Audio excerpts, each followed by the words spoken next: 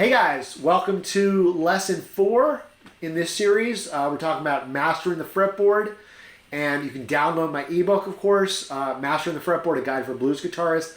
It's absolutely free. A link is in that video description. And so we talked about like horizontal patterns, practicing them up and down the neck, and then adding more notes, like doubling your patterns.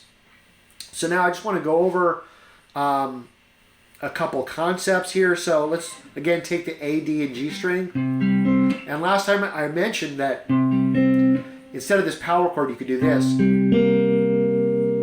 Okay? So when you have this shape and this shape, notice that you have like root 7th in both of those. Okay, this shape, notice how you have like your 3rd root, whether you do this one or this one. And then this one, again, notice you have like, whether you do this or this, you have the same thing, 5th and 3rd. And then this one up here, you have your 7th, 5th. So you kind of get these like shell voicings.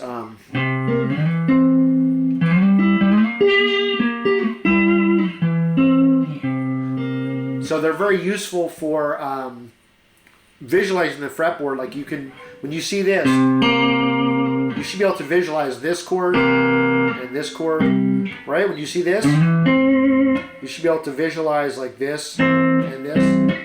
They're also just very nice sounding, like for riffs.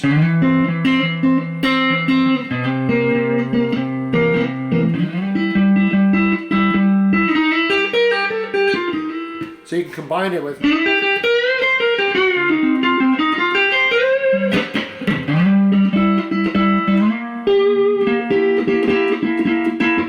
All right, so, and then if you want to go a little bit deeper, and I go over this in the book, notice how if you were like to harmonize the whole Mixolydian scale, except for the first one, 3 of these voicings are in that. So you have your this, and then this, and this. So you can fill in the other ones.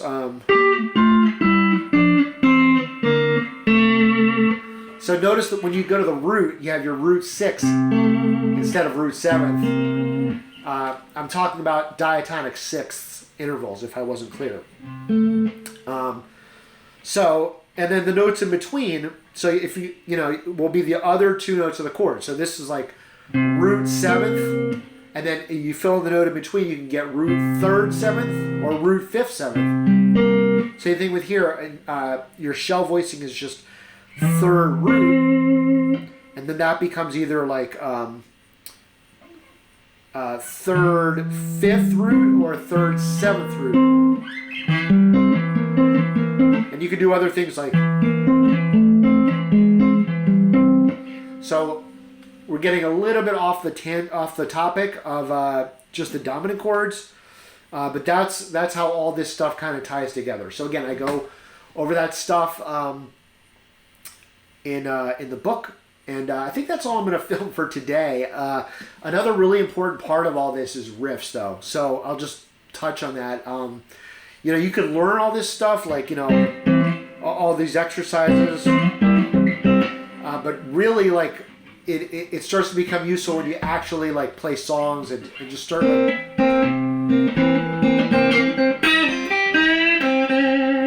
Try to make music out of it. Start making riffs, and what you can do is you